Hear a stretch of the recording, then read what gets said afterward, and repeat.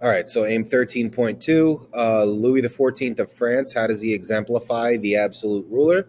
So here we go. All right, I'll give you a second.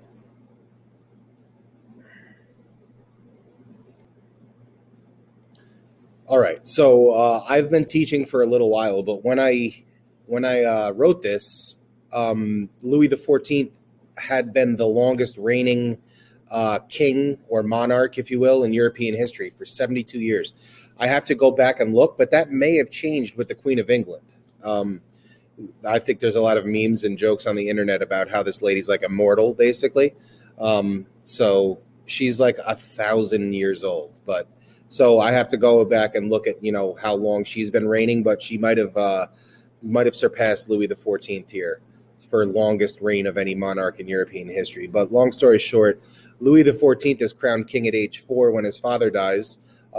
Kingship is passed down through the father's side, right? So, but obviously we can't have a 4-year-old running the kingdom. If my 4-year-old ran the kingdom, it would be chicken nuggets and Sports Center all day long, every day, and that's no way to live. So, although it doesn't sound so bad.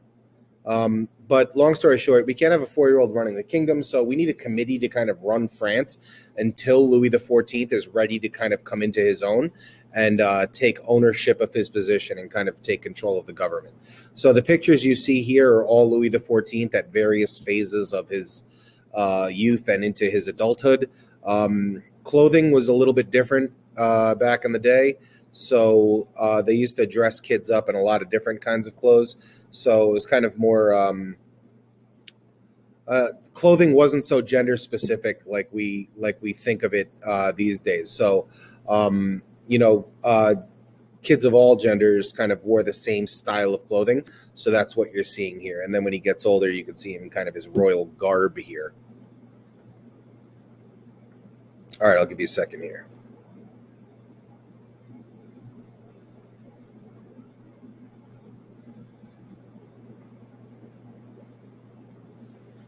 All right, so Mr. Dotto is not following custodians around and tell them every time they miss a spot mopping.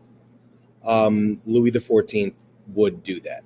Okay, so this guy's like a micromanager. That's a term that we're going to use to describe him, and he's the kind of guy who prefers to oversee everything, even the most basic operations.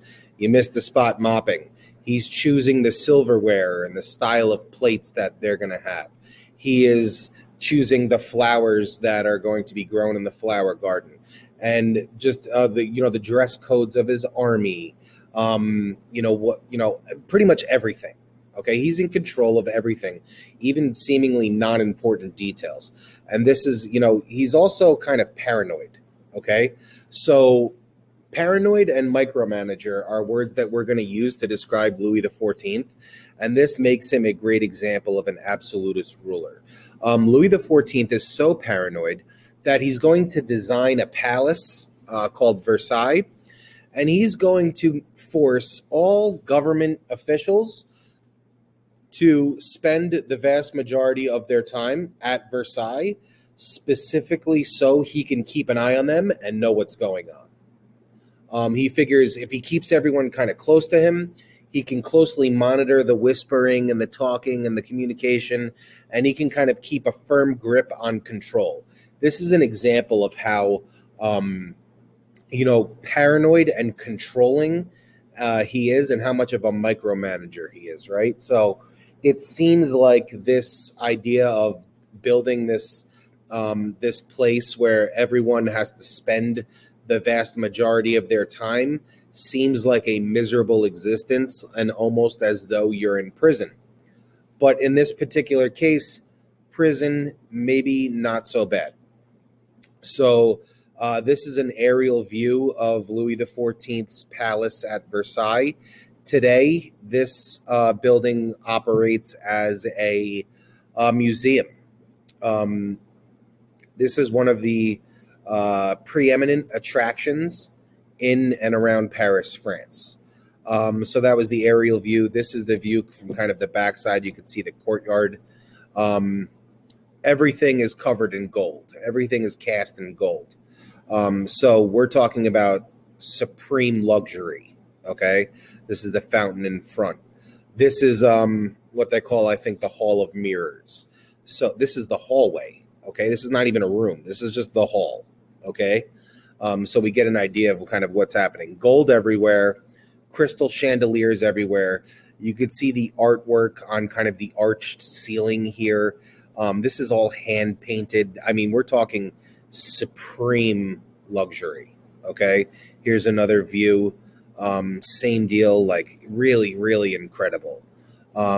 Here's a view of the garden section. So this is the place where all of these government officials are forced to spend the vast majority of their time. And while to us it might sound like a prison sentence, I think for some, probably not so terrible to be spending a ton of time here. I don't know. These pictures are crazy. You can see, like, for scale, um, you can see kind of people in the background there, but it just kind of goes to show you just how huge, opulent, luxurious this place really was. So this is kind of the place that he forced everyone to spend all of their time so that he could keep an eye on them. And I guess it's easy to keep them there when this is what the place looks like, right? I mean, pretty impressive, to say the least.